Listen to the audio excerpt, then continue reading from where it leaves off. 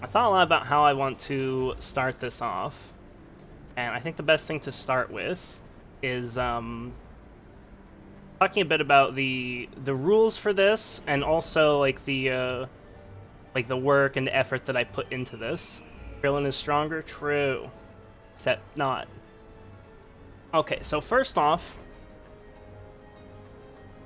I decided on actually having quite a few rules for this, and these rules are not arbitrary.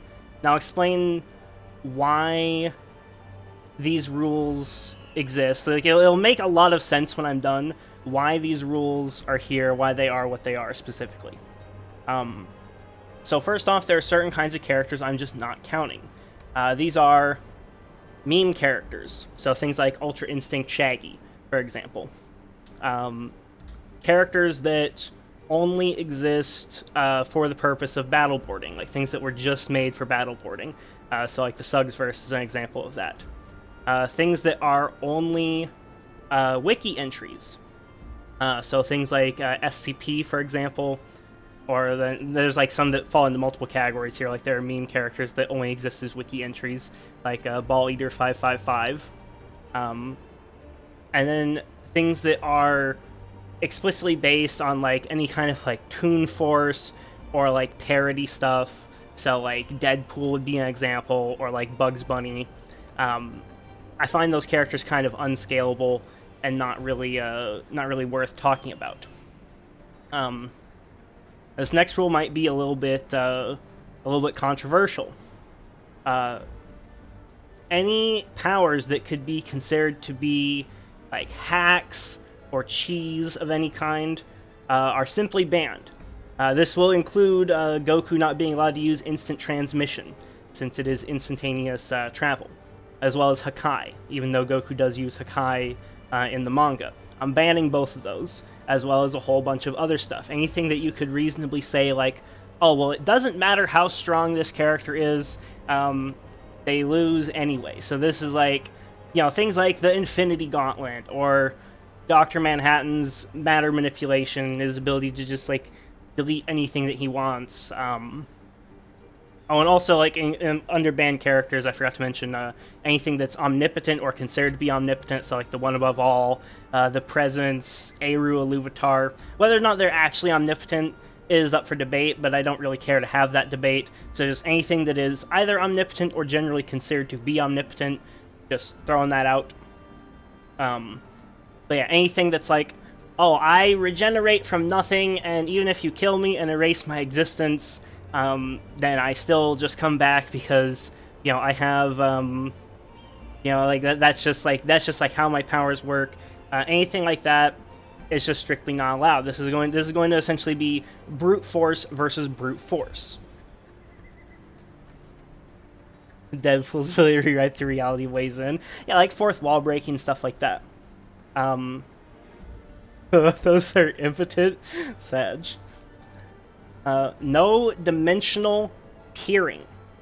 Dimensions are equalized in this. So what the fuck does dimensional tiering mean, and why am I banning it? So there are some characters where the whole, like, scope of their power is based on the dimension that they exist in. So, like, you could imagine, like, a two-dimensional character would exist on, like, a flat plane, and so, like, a three-dimensional character is completely beyond their understanding, and, same for a fourth-dimensional character compared to a three-dimensional character. It doesn't matter how strong you ever get. It's like comparing fiction to reality.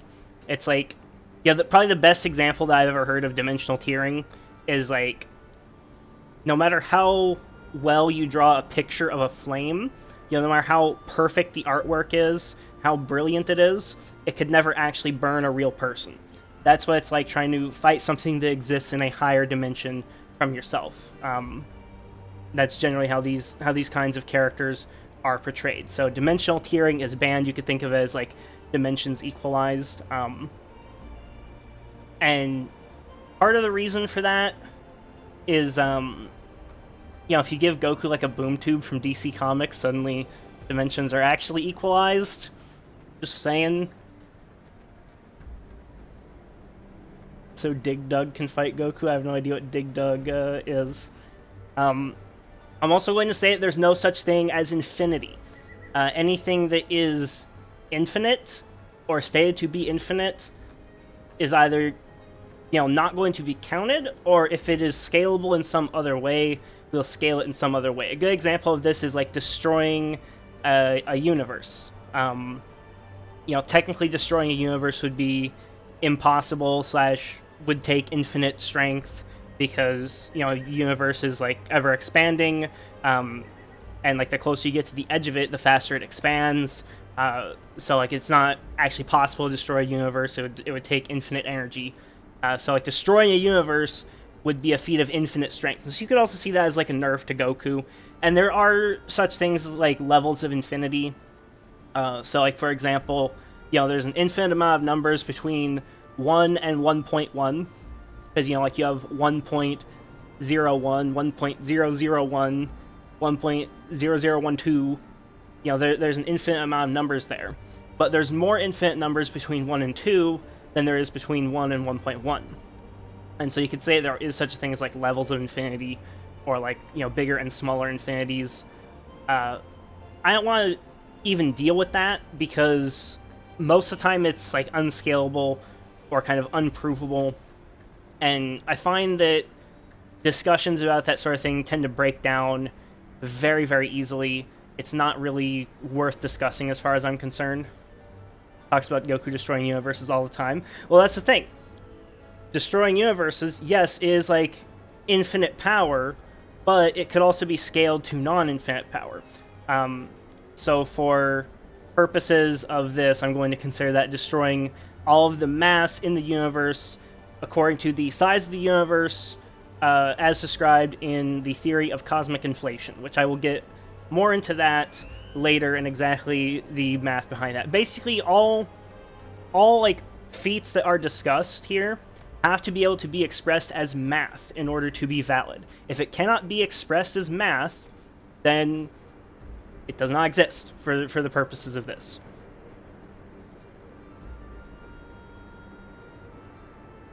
Sometimes you gotta to get the worm dirty, Monka. That sounds terrifying. Okay. I think the last rule, I might have forgotten some. I wrote these down, but I might have forgotten to write some down. If so, I'm sure I'll remember later. Feats are greater than statements. So things that like happen on screen or that can reasonably be inferred to have actually happened are going to be taken with greater weight than a character simply saying that something like can happen, for example. So, a good example of that is like the Living Tribunal from Marvel Comics. He likes to talk all the time about how amazing he is. He's like, I am the strongest there is. I am the biggest dickish Chad in the multiverse. Yeah, we're not really gonna count statements like that. Or at least if we do, we're gonna take them with a grain of salt. I'm gonna try to be reasonable when interpreting those kinds of statements, and I'm gonna try to give kind of like low estimations and high estimations for things, because at the end of the day, this is all my opinion to some extent. But this faint drawing is so much more interesting. Shut up, Empy. Someone ban him. Any stallers? Dude, this is gonna be like 2 hours of stalling. This is gonna be like 2 hours of stalling. We're gonna be here a while. So, why did I make all these rules?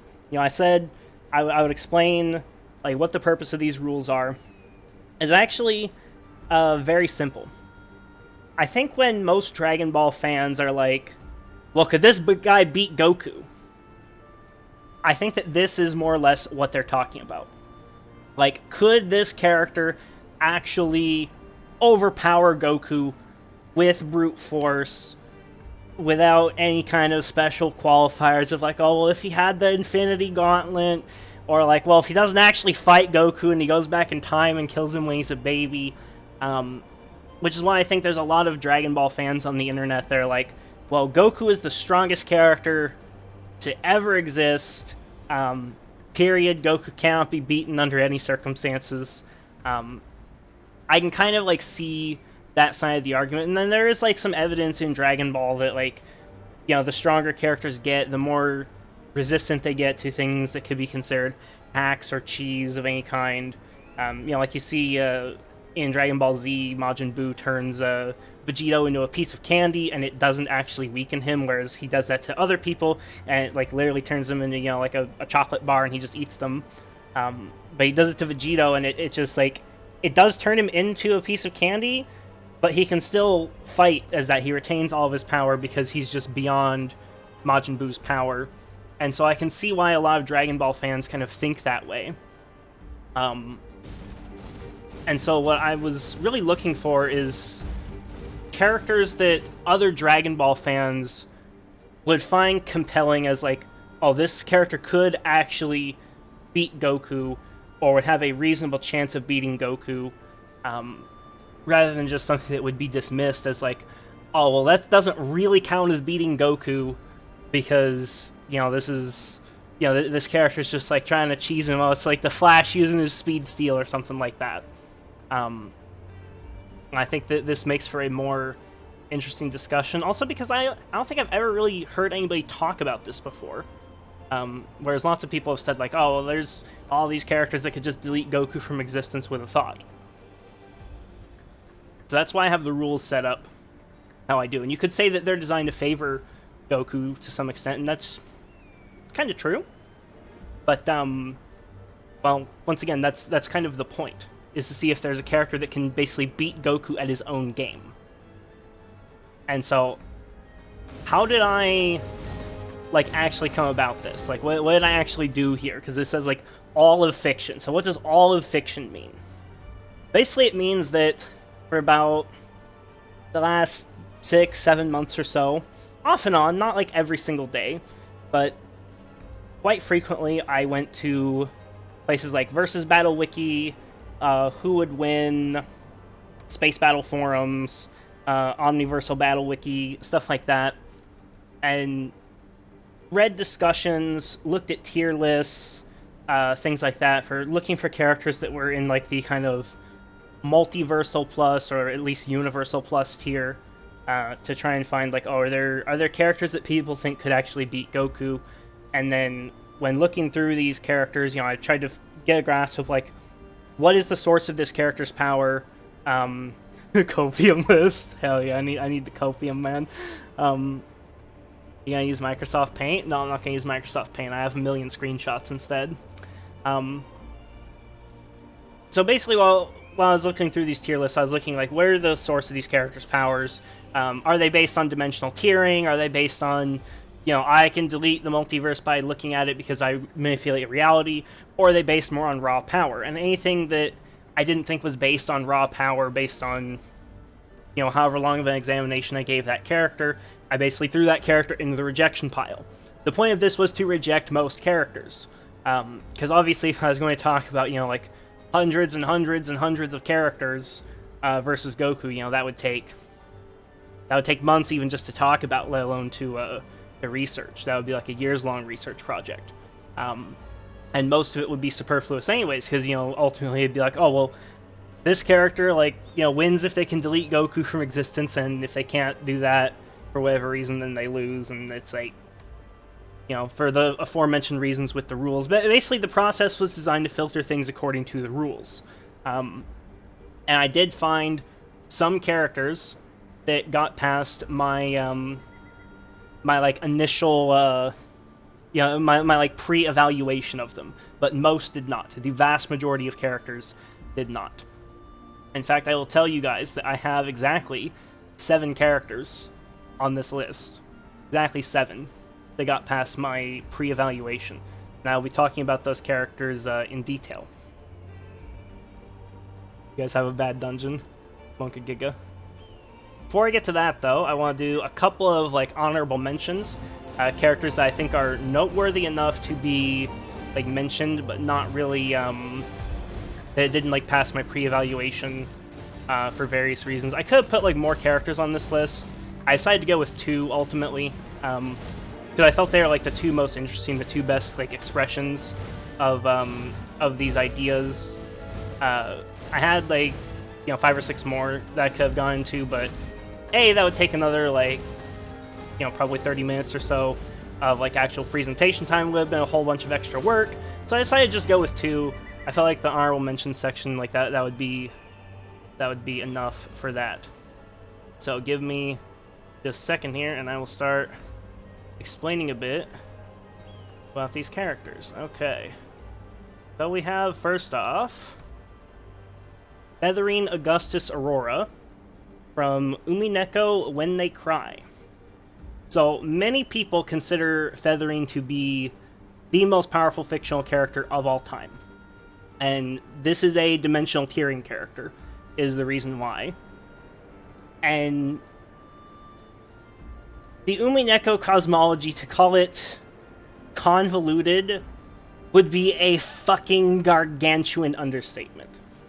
It's all based off of, like, levels of reality and levels of infinity, and, you know, like, oh, there's multiverses below this, and, the next layer up is infinitely bigger than the layer below it, and it's this giant fucking clusterfuck, and basically she's at the top of this verse, and so in theory she could just delete all of these, infinite layers of reality. They're infinitely big below that, and so as what I would say is generally considered to be either the most or one of the most powerful dimensional tiering characters, I felt like Feathering deserved a mention at least. She's got puny arms, Goku can take her.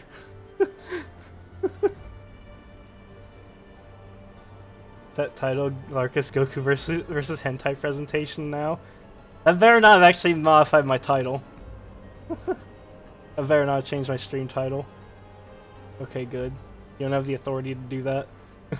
Look at those twigs for arms. Yeah, fucking Goku would just blast her. Let's be honest about this.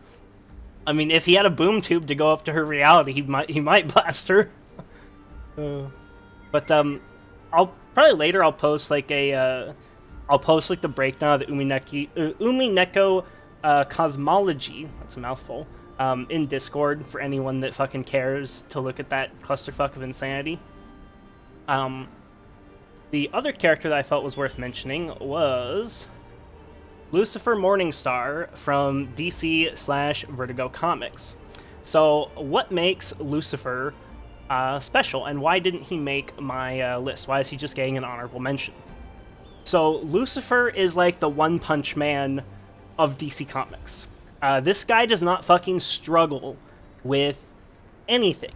Like, ancient eldritch entities, conceptual beings that exist beyond the bounds of space and time. He just snaps them out of existence with like no difficulty at all. And he's done some relatively crazy shit.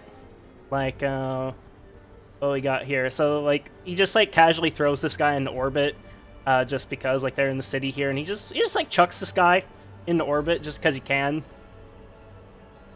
At this point, basically what's happening here is this universe was collapsing, and so Lucifer created a gateway, and, you see it's like a folding, basically, like, sheet of paper, and he's like, oh, I'm just going to drag this gateway across the entire universe. I'm just going to, like, basically put this universe somewhere else so I can save it.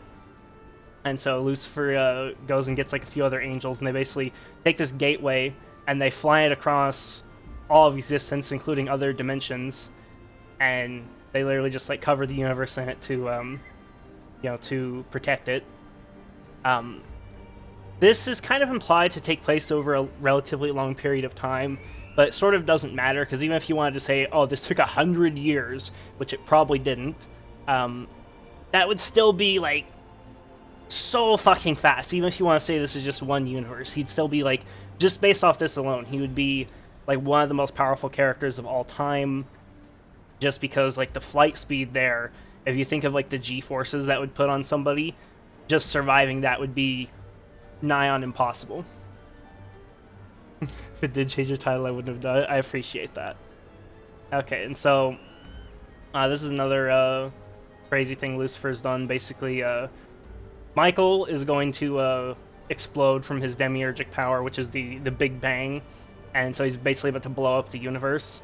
And Lucifer just, like, opens a gateway into the void and just face tanks the Big Bang, and it just, like, creates this whole fucking universe right here, right on top of Lucifer and Michael.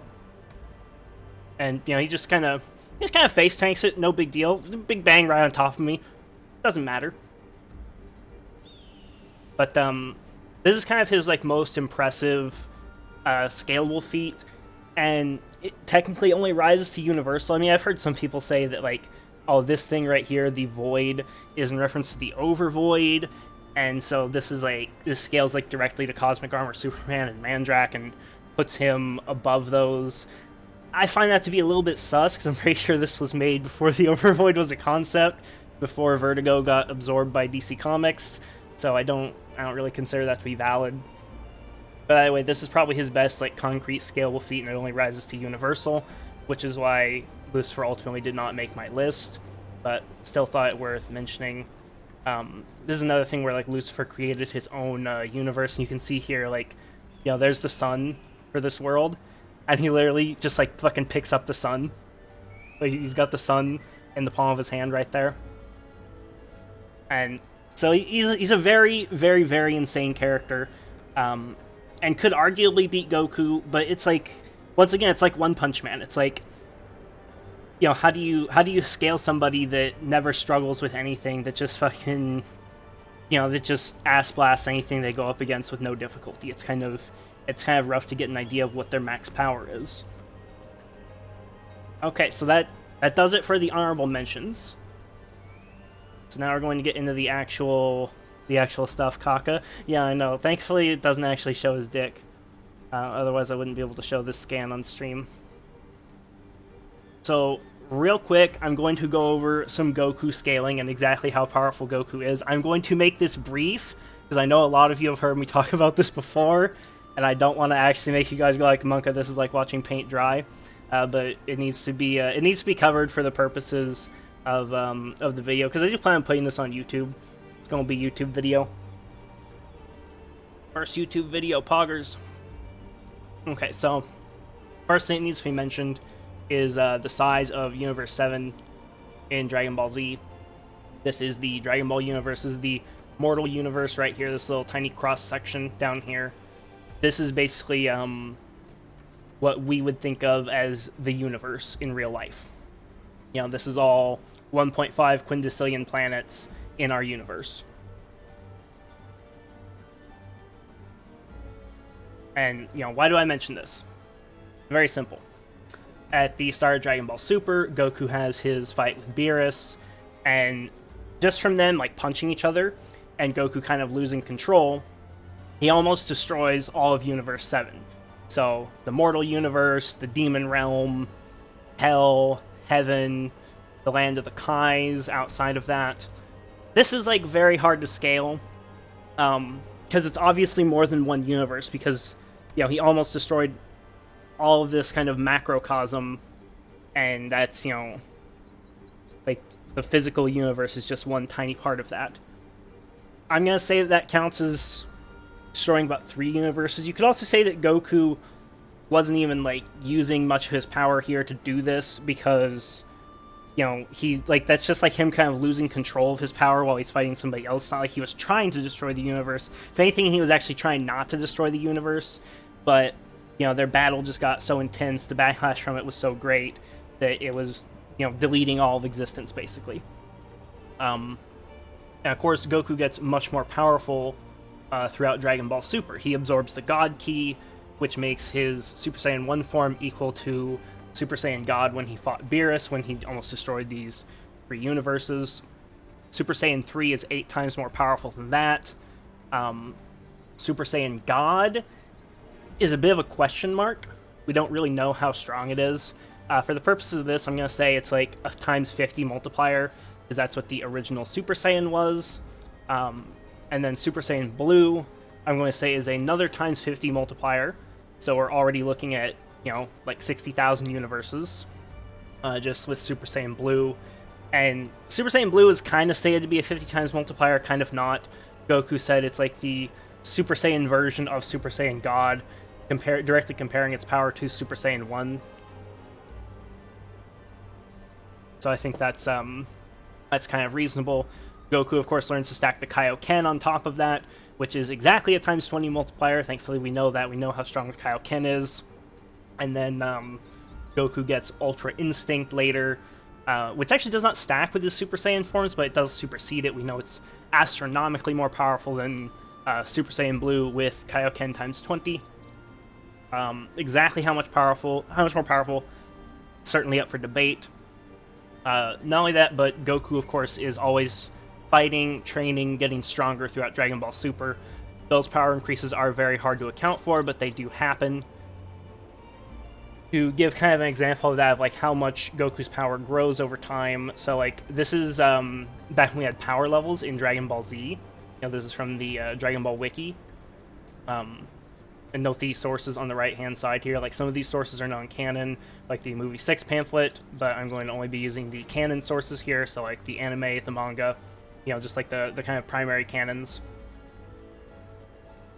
So this is the power level column right here, so it's like first season of Dragon Ball Z, Goku's power level 416.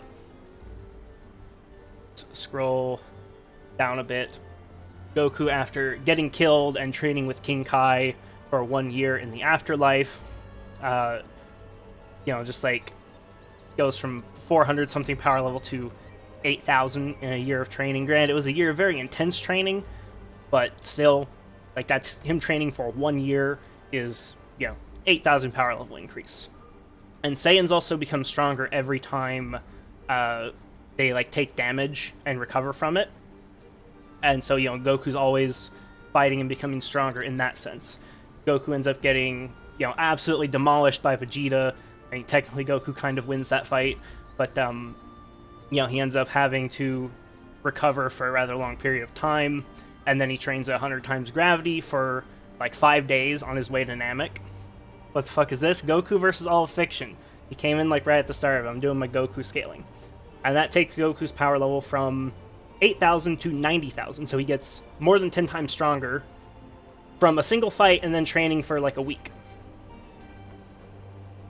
So Goku's power level grows, you know, astronomically, you know, as he fights and you know, takes damage. He just, you know, and trains, he just gets stronger and stronger and stronger. And so it's very hard to account for that. So I'm gonna say at the like low end of like Ultra Instinct plus Goku getting, you know, that much more powerful. I'm gonna say at like the low end, we're talking Goku being able to destroy like 10 million universes in a single hit. And, you know, that might seem like a very high number, but realize that, like, you know, with just kind of like what you can, like the minimum you can prove without even accounting for Ultra Instinct is like 1.2 million universes with Super Saiyan Blue Kaioken times 20. Because, you know, you're basically stacking multipliers on each other. The numbers get very big very quickly at that point. On the high end, I'm going to say that it's more like 100 billion universes. It's probably closer to the high end than the low end if you want to say that it's, like, consistent with Dragon Ball Z scaling. You can, of course, say that, like, oh, Goku has kind of plateaued and he doesn't get stronger as fast as he used to. Maybe there's some truth to that. I'm not here to tell you how to interpret it. This is just my opinion. What the fuck's this nerd shit? Okay, so that covers the Goku scaling, more or less. So it's time to introduce our first challengers. We gotta get their theme music going here. Mute Final Fantasy in the background. Where's that at? Yeah, play sounds in Windows not active. Okay. Okay.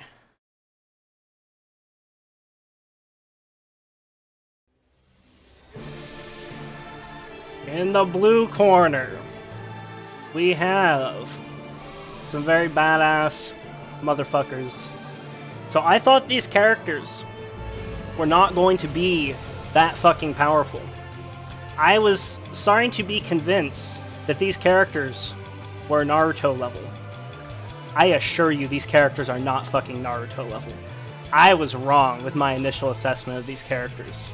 We have here, from Dies Irae, Ren Fuji, the Ephemeral Moment, Reinhard Heydrich, the Monarch of Destruction, and Mercurius, the Lord of Everything, the omnipotent sorcerer that controls all of reality. These guys are insanely fucking powerful. Can they beat Goku, though? Let's find out. In the blue corner, Master Copium, Chadkiss. Dude, Chadkiss would shit on everybody. Let's be honest about this. Okay, so let's get into the feats right here. I have screenshots for shit. So this is from the Ray route from the final battle. So basically they're fighting in space right now, / the Singularity, the Throne of God. It's kind of difficult to interpret where the fuck they're actually at right now. But we do get some good feats for these characters here that demonstrate how powerful they are. This is the context here. This is Reinhardt and Mercurius fighting each other.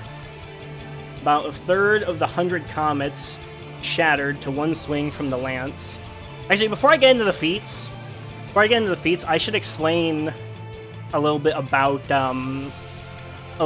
these characters and how their powers work. It's very similar to Bleach, if you've ever seen that. Basically, they wield like spiritual weapons that are part of their being.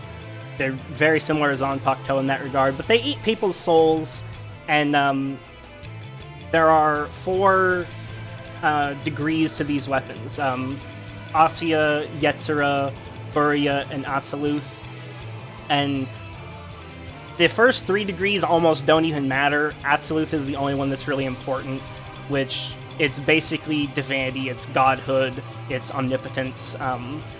Not like actually omnipotent in like the band sense, but it basically allows one to become God and rewrite the universe, like to emanate your desires over all of the universe. And all 3 of these characters have reached the Atziluth degree.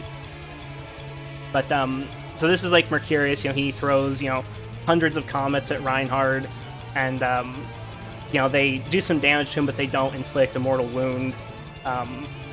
And with a single swing of the Lance of Longinus, Reinhardt shatters a third of the 100 comets, so like 30 comets, just with a single swing. Okay. And so this is like Mercurius just basically throwing larger and larger shit at Reinhardt as this fight goes on. So he basically he's like taking stars here, new stars condensed around his being, dwarfing the ones before in terms of density. Doubtless this action by itself had crushed countless hapless lives that inhabited the cosmos. So he's basically taking like whole stars, probably whole solar systems, and just turning them into bombs and throwing them at Reinhardt.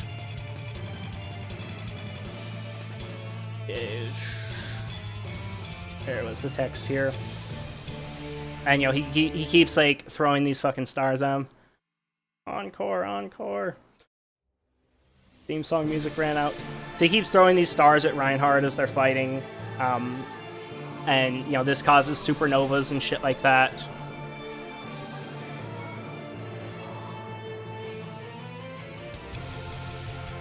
And then as their fight gets crazier and crazier, he creates something known as a Great Attractor, which I didn't know what that was at first. I was like, what the fuck is a Great Attractor? I had to Google this. The Great Attractor is the gravity of a supercluster. So millions and millions and millions of galaxies, it's basically their combined gravitational pull. So he's like trying to crush Reinhardt's legion from the Lance of Longinus with the Great Attractor. So they've very quickly elevated from like, oh, they're throwing stars at each other to, oh, suddenly, they're basically throwing superclusters at each other, like millions and millions of galaxies. And then he makes all the stars in the universe condense, feeling the first shiver run down his back in eons, the fusion of dark matter. This is the like final attack in the battle. You don't actually see the conclusion of their battle. Ultimately, Mercurius kills Reinhardt, but he dies in the process. Mercurius is left with just like his torso after the fight, and he's completely out of power. He's completely spent.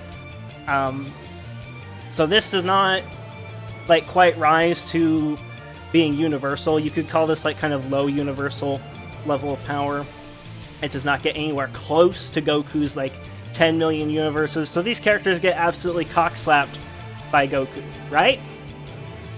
Well, that would be if there wasn't a second ending. If there wasn't a second ending to the Ray route, I would definitely say, oh yeah, definitely, these characters get absolutely slaughtered by Goku. But there's a second ending. That ends up being a three-way fight between Ren, Reinhard, and Mercurius. And this fight gets more insane than the previous one. So this is a very important line here. This is talking about Reinhard and Mercurius fighting specifically. At the same time, it meant the greatest of his powers would only manifest as he clashed with his destined foe. So basically, as as Reinhard and Mercurius are fighting, they will get stronger and stronger throughout this battle. Why this didn't... I mean, you could say this kind of happened in their previous battle because it escalated from solar systems to superclusters rather quickly. But it's a little bit different in this battle. And the rest of this text is basically just talking about the amount of souls they have. Reinhardt has millions, and they're very powerful souls. Mercurius has the rest of the universe, so he's kind of got quantity on his side, but his souls aren't as powerful. Stars of the foreknown world condensed. The foreknown world being like Mercurius's world, like his control over reality. Falling into blazing orbs of divine conflagration, exploding, tearing the very sky apart, supernova, searing wave of condensed annihilation swept across the cosmos in less than a fraction of a second, swallowing the two in scorching flames 10 times more potent than those of the Crimson Nidus. The Crimson Nidus being a member of Reinhardt's Legion. So this is saying like that just this one supernova went across the entire cosmos in a fraction of a second. Kind of hard to scale, but there's potentially some math there. Now this is where things start to get nuts. The stars of the foreknown world aligned into a grand cross that extended along the entire multiverse. A tsunami of gravitational pull that caused the blood of everyone in its vicinity to reach boiling point in the blink of an eye. So this is like very, very confusing to me. Let's change track here. Go grab another song from Dies Irae. YouTube ad ree! Imagine having a fucking YouTube ad for something like this. Oh, it's loud. Turn it down a bit.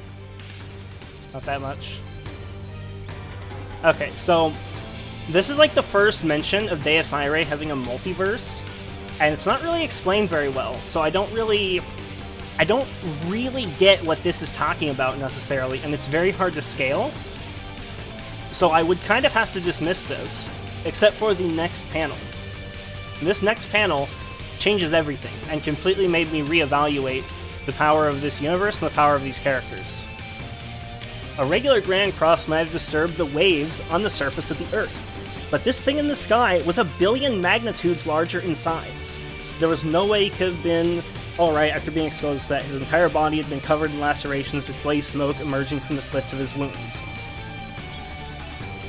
So 1 billion magnitudes, I'm assuming, is actually a translation error. I assume that means 1 billion orders of magnitude.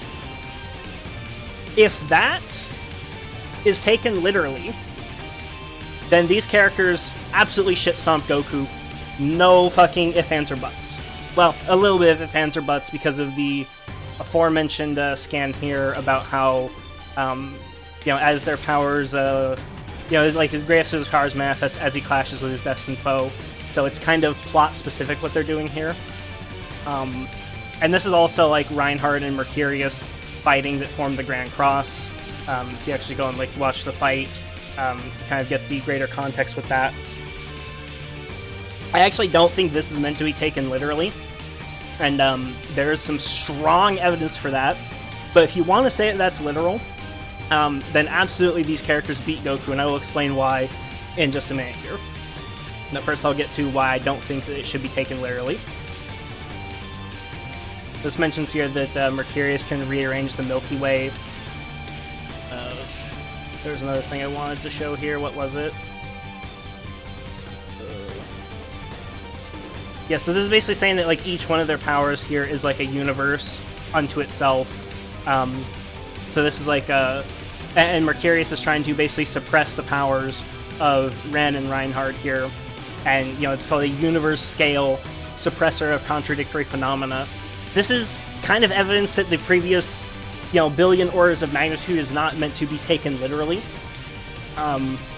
Because the billion orders of magnitude is unbelievably beyond universe scale. And so I don't understand how you could use something universe scale to suppress something that is that enormous. And then right here it says, he condensed their main stars, the foreknown world, then may this mark the end of our opera. So this is him basically taking the rest of the universe and throwing it at Ren and Reinhard. So definitely like a universal level feat or very close to it. So why do I think that that the previous thing should not be taken literally? There would be no stars left in the universe with a gravitational pull that is billions, that is a billion orders of magnitude beyond, anything really. Because you could kind of quibble over how much is a grand cross, how much because what even is a grand cross? A grand cross is this astrological phenomenon where planets align and their gravitational pull gets a little stronger, I guess.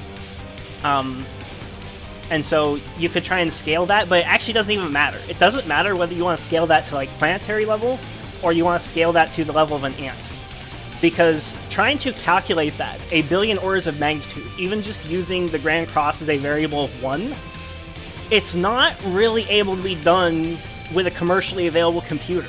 My computer could not do it. I don't have enough RAM to do a mathematical calculation that large. I had to find an approximation. First off, what I did is I divided this by all the matter in the universe. So I basically assumed planet level and divided it by, has to look at notes. I know it's 1.5 quintillion planets, but then it's 25 times that because planets are only 4% of the matter in the universe. So basically I divided it by a very big number to kind of put it in terms of how many universes could this destroy. My notes, there's my notes. So that would be 37.5 quintillion planets worth of mass. I divided it by that. I divided this by 37.5 quintillion. And I still came out with a number that is 1,000,000 digits long. 1,000,000 digits. My computer did not have the processing power to calculate that. I was only able to find one way to even display it in a way that is comprehensible. And that is with 1,000,000 digits of pi. You could think of this, each one of these numbers, as representative of a universe destroyed by that amount of raw power. It keeps going, and going, and going, forever, and ever and ever. 1,000,000 digits of universes.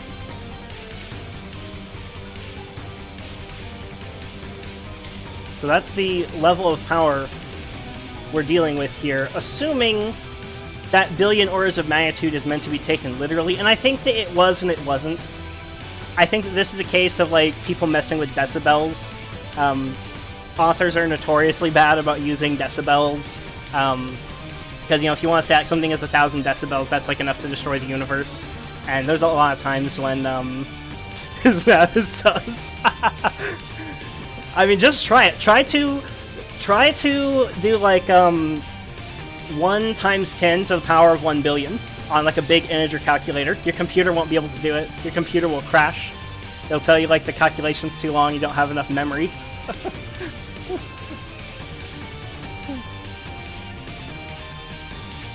What this would look like if it was a black hole and lists things consumed. I'm not sure what that means. But the biggest reason why I say it's not meant to be taken literally and seriously to the point where you take oh, it's 1 billion orders of magnitude, is because the very next panel they're oh, we're gonna take all the stars in the universe and condense them. There would be no stars in the universe, everything would be crushed to fucking nothingness. Just from that. Right, Baleford, I had the misfortune of looking at my favorite villain on Versus Battle Wiki. The stupidity there is immense. Oh, that's great. Encore! Go for the music here. But, there's also a lot of cases in Dies Irae of things that are not meant to be taken literally or seriously by the narration, and I have pulled up a small list of these. You could probably find 100 more examples throughout the game. These are just some of the ones that I noticed. So this is these two characters talking, Kasumi and Rei, and there are things here said in the narration that are just wrong. You know, she says, she caused Ren to get involved in this, she caused Rei to get stuck in her current position. That's, like, not true. Like, Kasumi was, like, not involved in this at all. Like, everything within Dies Irae is predicated on Mercurius. He is the cause of absolutely everything that happens in the game. And the game makes that explicitly clear a million times over. Kasumi is, like, the least culpable person here. And this is not said in quotations, this is the narration saying this. You know, like, this is, you know, the quotes end here, and then it's narrator talk here. Which kind of implies that the narration is from, like, her point of view. And because of that, it's kind of unreliable. And that's the same exact style of text as when Ren is describing, or rather, when it's describing, you know, the billion orders of magnitude of the Grand Cross, because, you know, that's from Ren's point of view. And so Ren probably just saw something that was really fucking big, and went like, oh, that's like a billion orders of magnitude bigger than anything else that I've ever seen. It's probably not literal, but at the same time, there is the line about the multiverse, and we don't know how big the Dies Irae multiverse is, or at least I don't. Maybe there's some supplementary material out there that shows this. But to me, like, that and the universe surviving all that gravity is very fucking sus. So I don't really believe that that calculation is correct. And there's a bunch of other things that are like, you know, the narration just being wrong. Like here, you know, she's saying she killed, Love saying killed ad infinitum. None of this is fucking happening, like, during this fight scene. Like, she's not singing or anything like that. There's no one being killed.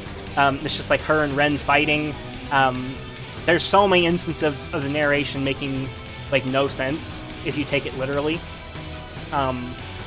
Yeah, the girl's body could not possibly withstand his supersonic dash. So this is when Ren was rescuing Rei from Reinhardt's castle, and he was basically flying away with her in his arms while what's-his-nuts, Schreiber chased them down. And they're going way beyond supersonic speeds at this point. Like, fucking Marie, when she was controlling Ren's body in this scene, it says specifically that she's moving 3,000 times the speed of Ren's Yetzirah degree, which was clocked earlier at 600 kilometers per hour.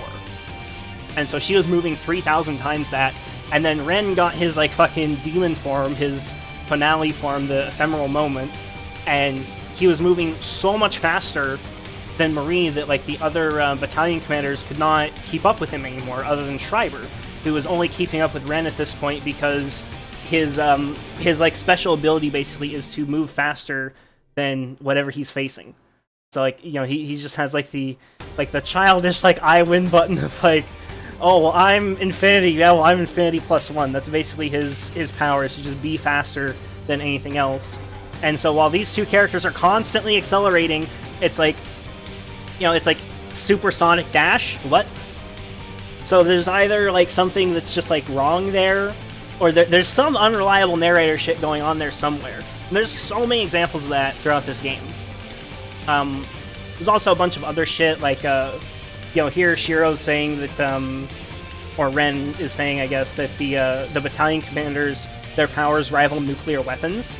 And this is the battalion commanders, after 7 swastikas were opened, so, like, Reinhardt's castle was almost fully in the physical world, and they're, like, incredibly fucking powerful. So much so that the battalion commanders at this point, you know, after the 8th swastika was opened, which, you know, granted, they're more powerful here, but not that much more powerful. It's comparing it to the absolute degree that can, you know, that elevates you to the position of God and basically being able to destroy the universe. So it's like, well, are they universe destroyers or are they, like, nuclear weapons? There's a lot of unreliable narration there. And then it's like, while they're fighting, after the 8 swastikas are open, you know, Machina, who's the strongest of the battalion commanders, well, arguably that's Schreiber, but, like, Machina has the strongest striking power, you know, each blow rivaling an aerial bombardment in terms of power. So it's like, you know, which one is actually correct, it's hard to say.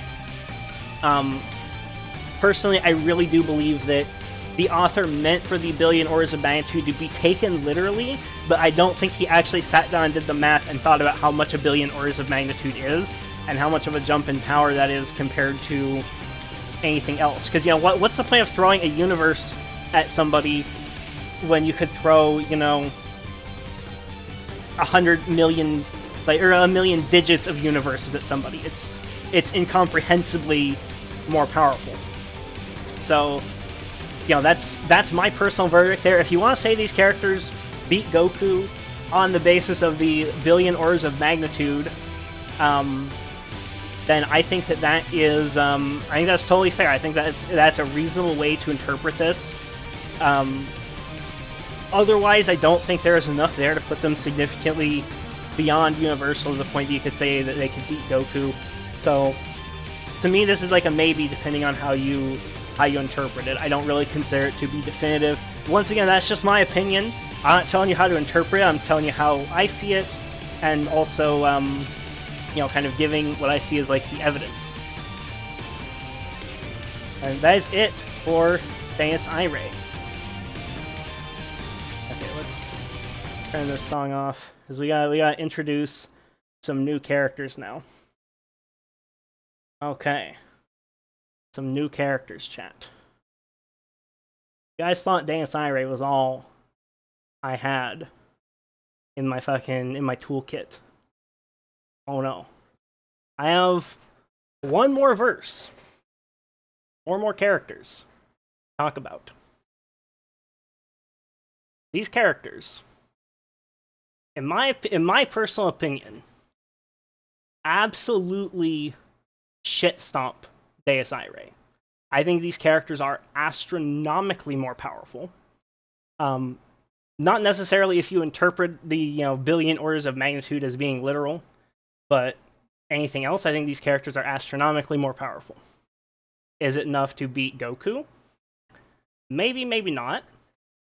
Before I reveal these characters, I want to say, this is, ironically enough, another hentai game.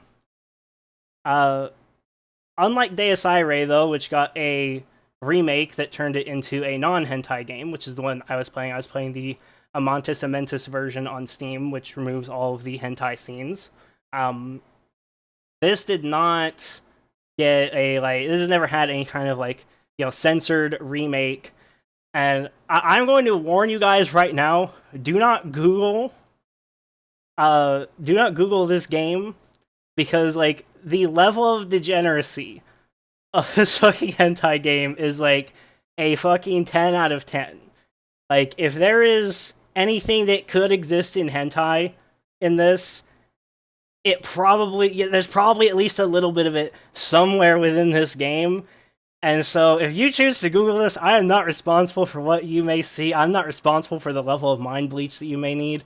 And I will say, a lot of times it's not even particularly well-drawn hentai. So just throwing that out there.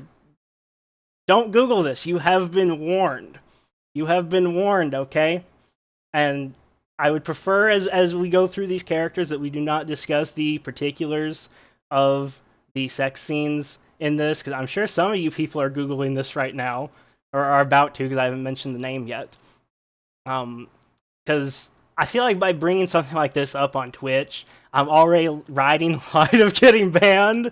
Because, like, Dies Irae, you can stream on Twitch. It has its own, you know, Twitch category. But this does not, because this would be firmly in, like, the banned games territory.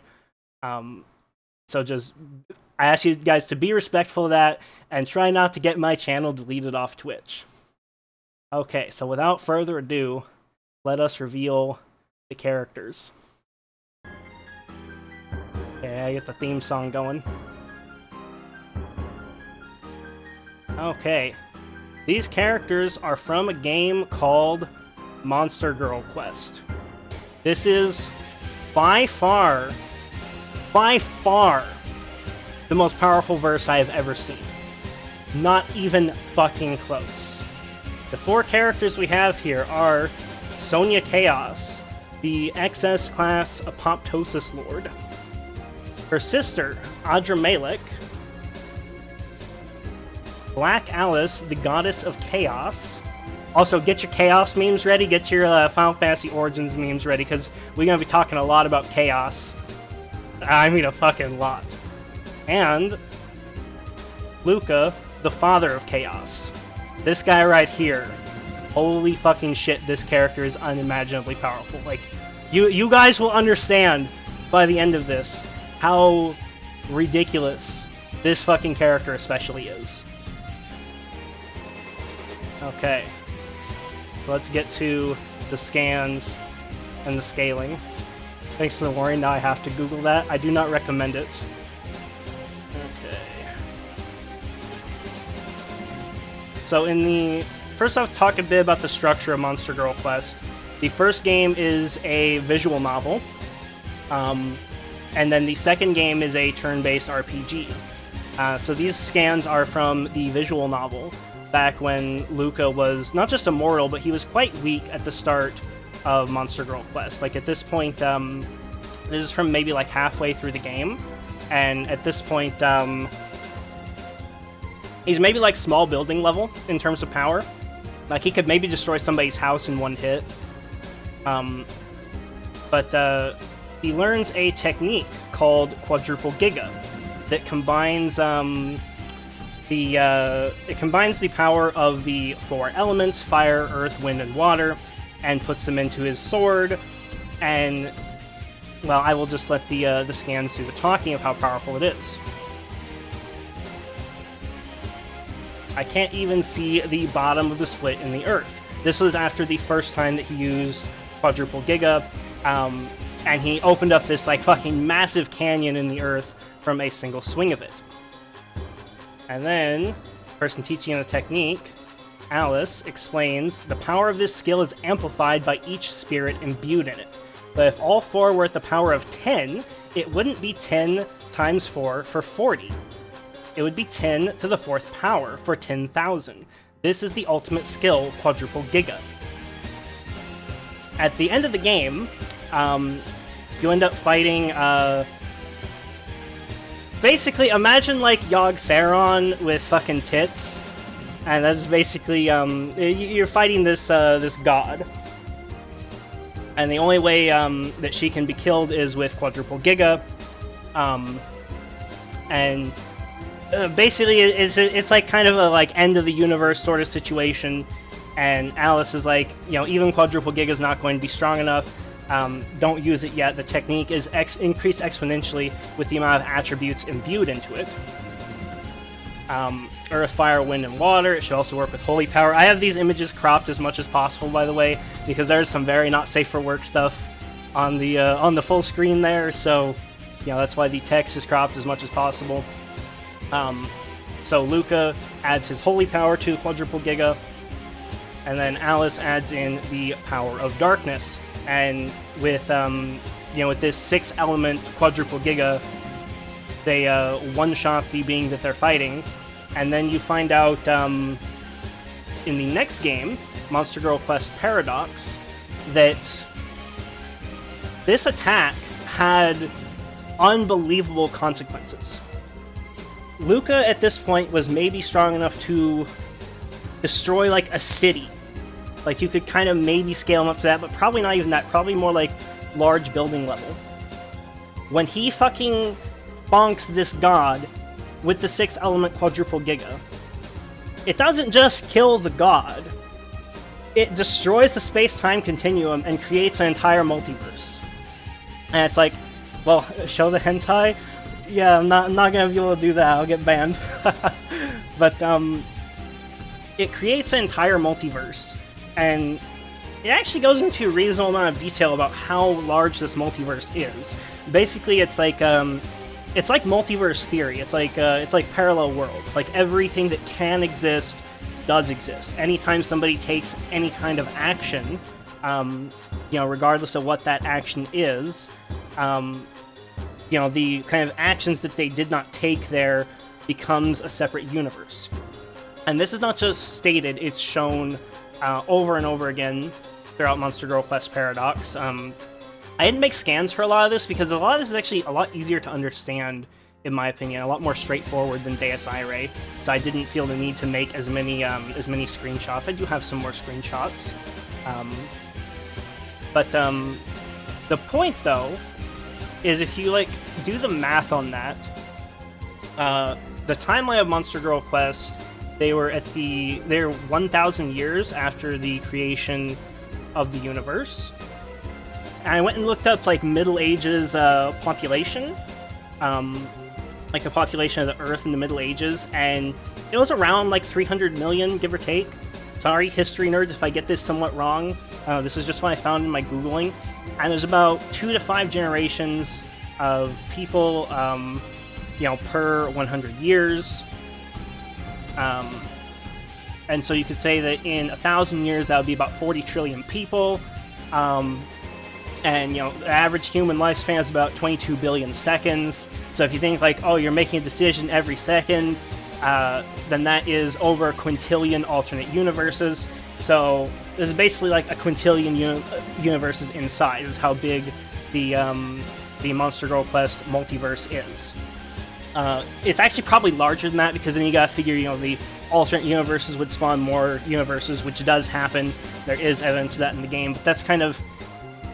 I'm not smart enough to figure out the math behind that. It might go to infinity at that point, it might not. It's tough for me to say. So I'm just gonna say a quintillion alternate universes. Dies Irae is over, now we're on another hentai game. Yep, we're indeed on another hentai game. So that would make the multiplier, though, of the 6-element quadruple giga, if you want to think of that as, creating 1 quintillion universes. Oh, which I should back up, actually.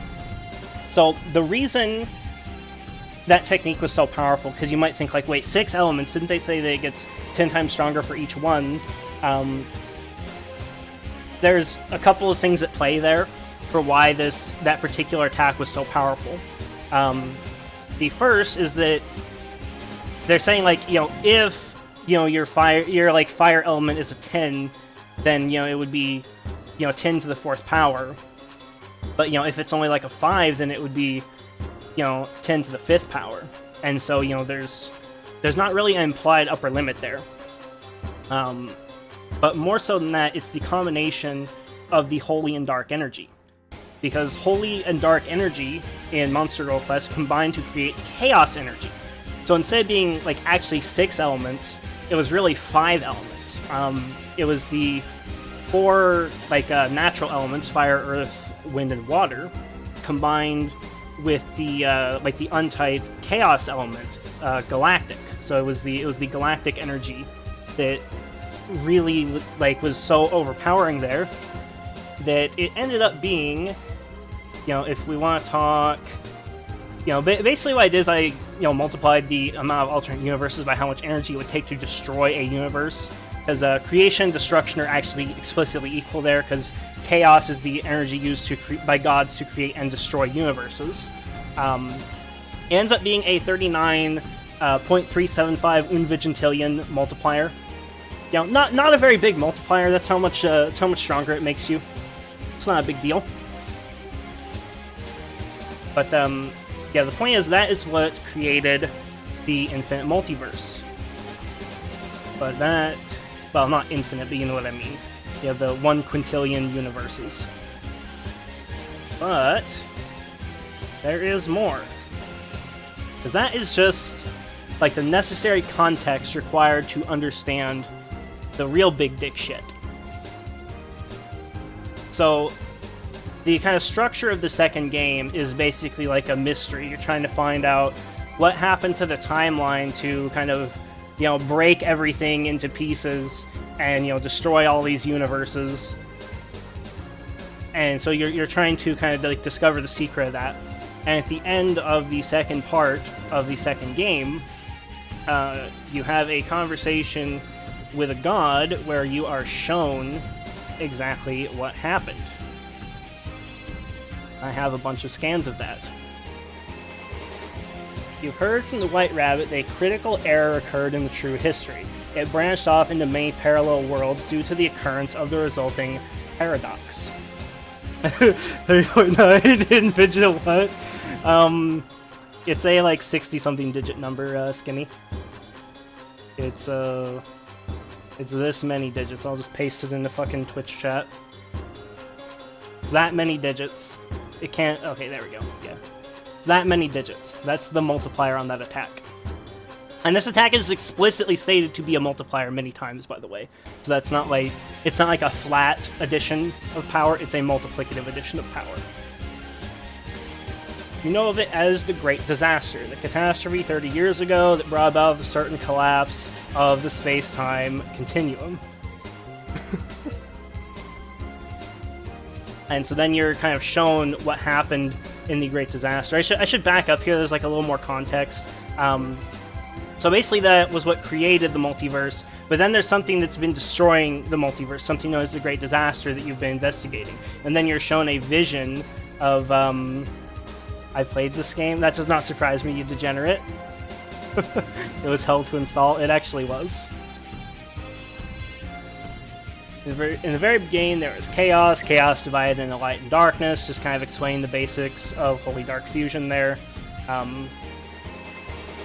Rumina became the center of the Great Disaster, swallowed by the chaos it fragmented and formed Tartarus. This is talking about the birth of Black Alice as the goddess of chaos, which was the thing that broke causality, the thing that, destroyed the multiverse.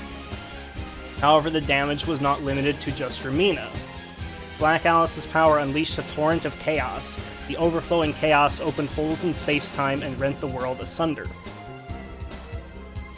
Heaven was also struck directly, and Ilias suffered a fatal wound. Because the Ilias of the true history was confirmed to be dead, she was affected by that new causality. Space-time warped and was eroded, and a chain of parallel worlds were born. Now keep in mind, that's not saying that parallel worlds were created, it's a chain of parallel worlds were born. The rift in space-time became Tartarus, tunnels between worlds. I want Black Alice to slurp me up like an ice cream cone, Monka Giga. So what this is saying basically is that all the parallel worlds that were separate are now connected through the Tartarus rifts. In the end, what awaits is likely the annihilation of all parallel worlds. Everything will be swallowed by chaos and return to complete nothingness. So this event right here, the Great Disaster, is what happened right after Black Alice ascended to godhood. And this is basically, this is not her, attacking the multiverse, but it's not reality manipulation either. It is an expulsion of chaos energy. I think I have a scan for that here somewhere, yes. Black Alice's power unleashed a torrent of chaos. The overflowing chaos opened holes in space-time and rent the world asunder. So, this is not her, trying to destroy the multiverse, though. This is her having fun. This is her saying hello to everybody. Because she's a psycho bitch. This is her mentality right here. This world should now be my delightful toy box. Now what shall I play?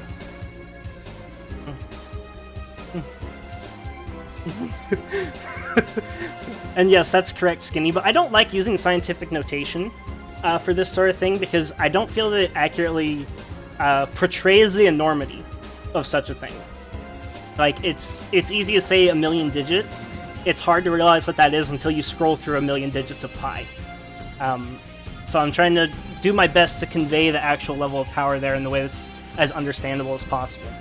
But the point is, though, this is not the peak of Black Alice's power. This is not her actually trying to destroy stuff, and she is a very powerful mage with multiple transformations that massively increase her power. If she actually wanted to blow up the multiverse, she would be hundreds, maybe even thousands of times more powerful than the energy that she used to erode, all of the multiverse into just a tiny amount of remaining universes. Not sure did I keep that scan? I had not. But basically, at the point of the second game here, the multiverse is not 1 quintillion universes. There's only a few left because Black Alice has destroyed everything else up to this point. And she also is the one that created the Apoptosis Lord Sonya Chaos, and her sister Audra Malik, which just by existing, they are just like eroding the dimensions that you're in. Which those are not really scalable, so you could consider these kind of like honorable mention type characters, because how do you math out what it's like to just delete a dimension passively? Because like you see in like the first screenshot here, the background is like this kind of otherworldly dimension, and then it transforms into this during the actual fight, and when you're actually playing the game, you're seeing these transformations happen. It's not just a change in background. Like, you're actually seeing the backgrounds warp when you're playing in game. It's not something that can really be easily shown through screenshots. You kind of have to like see it in actual in actual motion. Okay, that was one song. Let's throw on another one. This is actually Sonya Chaos's theme. But and then it turns into this right here. It turns into basically them deleting that entire dimension that you exist in. And that's not them attacking. That's just their like passive aura of degeneration that erodes fucking everything around them. But that is not the peak of power here. Like, destroying a quintillion universes basically by fucking breathing on them. So they're chat? Yes, they are chat. That is not like the actual peak of the power, because the strongest character, the absolute strongest character, is this guy right here. Luca, the Father of Chaos. Luca being the main character. This is him from the future, after he gets his own Holy Dark Fusion form, becoming a Chaos God like Black Alice. Basically, in his base form, he scales roughly to Black Alice, but he also has quadruple Giga. The fucking, like 63-digit or 64-digit fucking multiplier to your power. But quadruple Giga gets more powerful for every element you add into it. The original Luca from the end of the first game only had access to those 5 elements, fire, earth, wind, water, and holy. And, Alice helped him out, so he got a 6th element, he got darkness. The Father of Chaos, though, he has access to way more elements than that, which makes the multiplier absurdly bigger. Because in addition to having access to all 10 normal elements, that's fire, ice, lightning, wind, earth, water, holy, dark, bio, and sonic, he also has access to all 11 chaos elements, one of which made the attack go from a 1 million times multiplier to, a 39 unvigintillion multiplier. Just one chaos element did that, and he has access to all 11 chaos elements. Nuclear, Quantum, Ion, Hadron, Terra, Nano, Eternal, Demise, the 2 Bio and Sonic elements that we don't know what they are yet, and Galactic. So, yeah, basically, if you were to like calculate all that out, which I did, this calculation also almost broke my fucking computer, but it did not. It ends up at about 39 or 3.98 duocen unvigintillion, or a like 668-digit number, which would be here's the full long form number pasted into chat for you guys. Reach character limit of 500. Sorry, never mind, can't do that. Actually above the character limit. I can put it in Discord if you guys want, but it's a 668-digit number.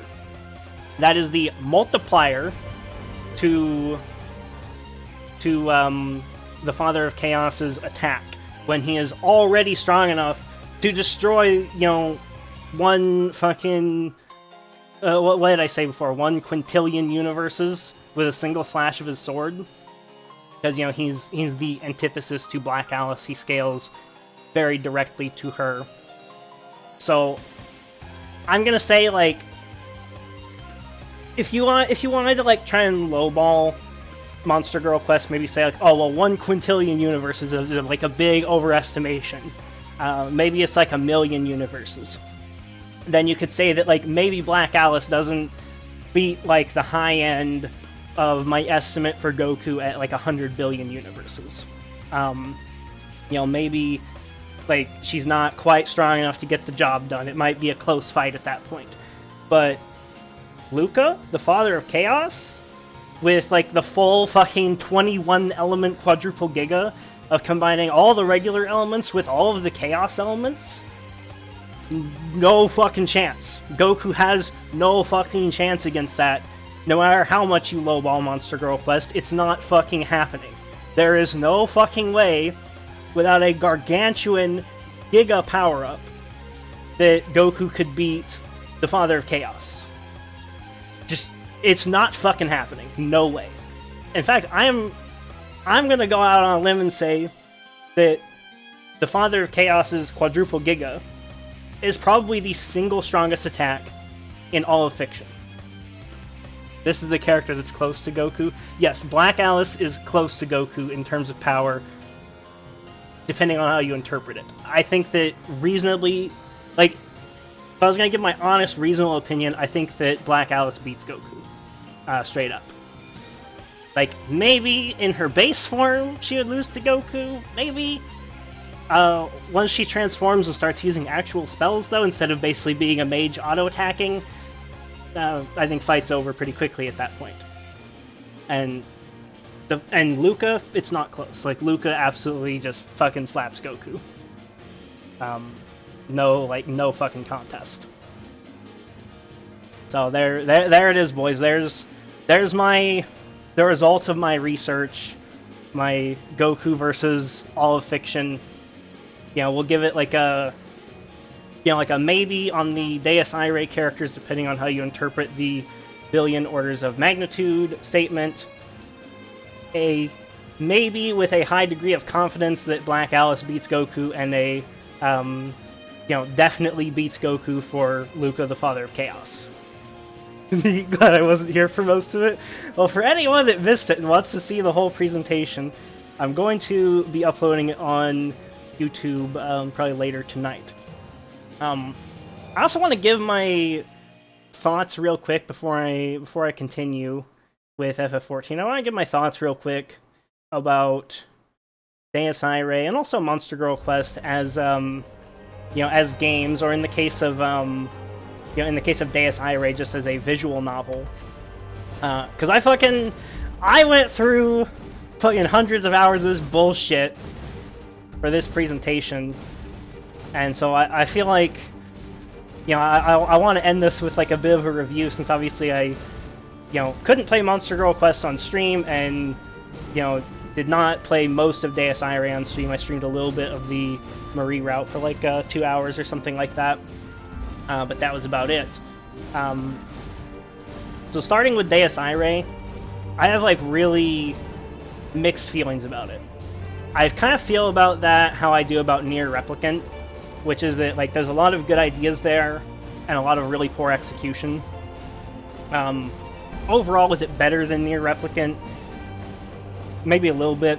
If you twisted my arm, I might give Dies Irae like a 7, 8 out of 10. It really needed some editorial oversight. There's a lot of text in it that's just totally superfluous that I feel like could have been cut.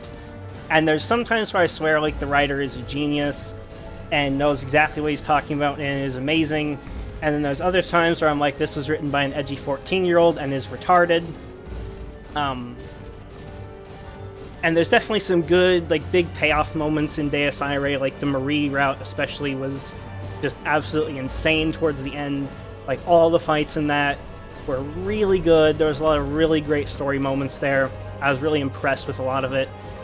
So it's like, kind of flawed masterpiece would be how I'd think of Dies Irae. No one made you do it, so don't complain to us, sir. That's totally fair. That's totally fair. Does Goku straight back to the copium chamber?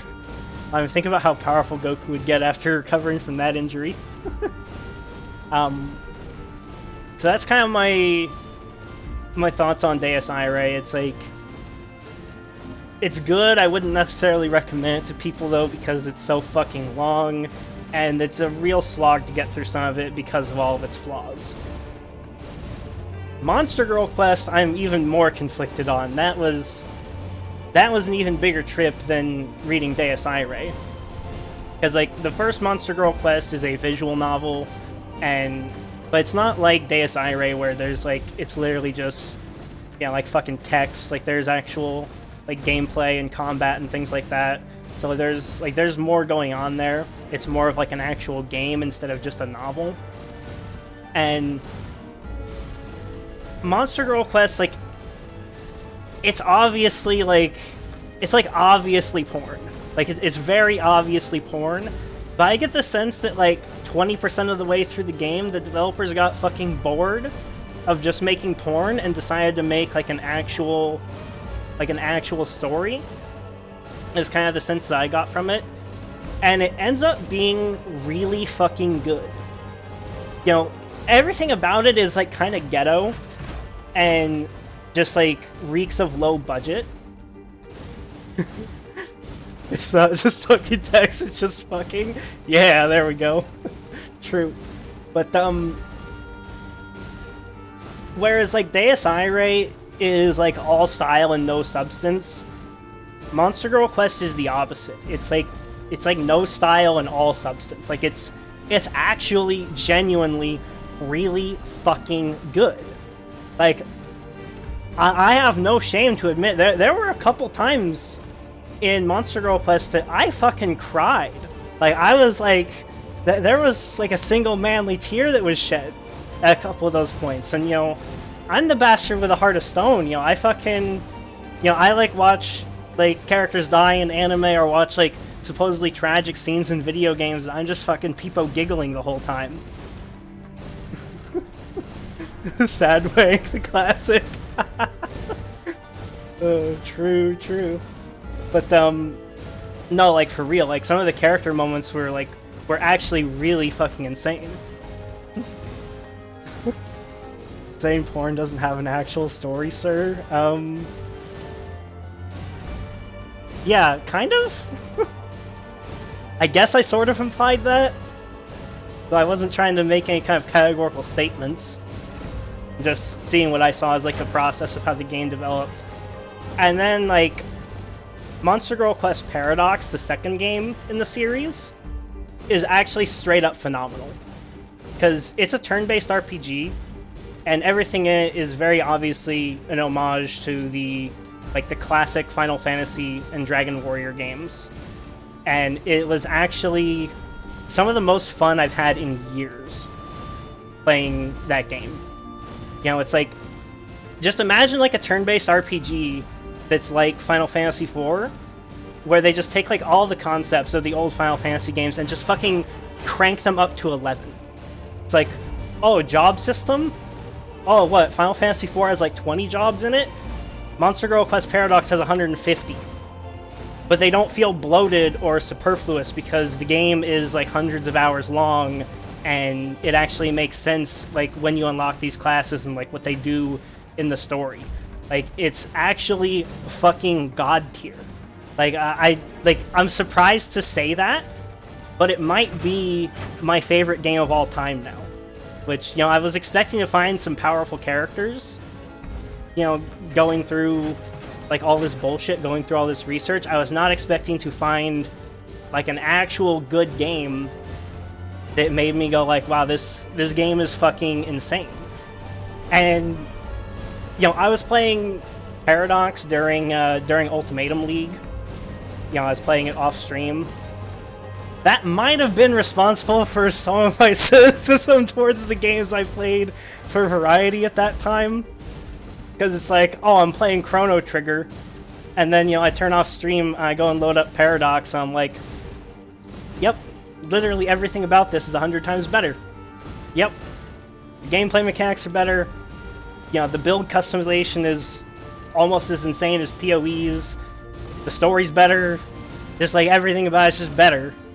And so I feel like it almost like ruined some of the variety games that I was playing, because it's like, you know, I'm playing this other game off stream that's, you know, fucking just ridiculously better. And, you know, then of course, you know, Horizon Zero Dawn happened, which was the biggest clusterfuck of all time, like fucking worst story ever. So it's like you're going from like one of the best stories you've ever seen in a game to like one of the worst fucking stories. Fate Stay Night, next visual novel. Dude, I'm not reading another visual novel for like a fucking year at least. Dies Irae took so long to get through. What are we talking about? I went to use the restroom. Talking about Monster Girl Quest Paradox, the second game in the Monster Girl Quest series, which was, you know, the characters I was talking about at the end there for the Goku versus all of fiction thing.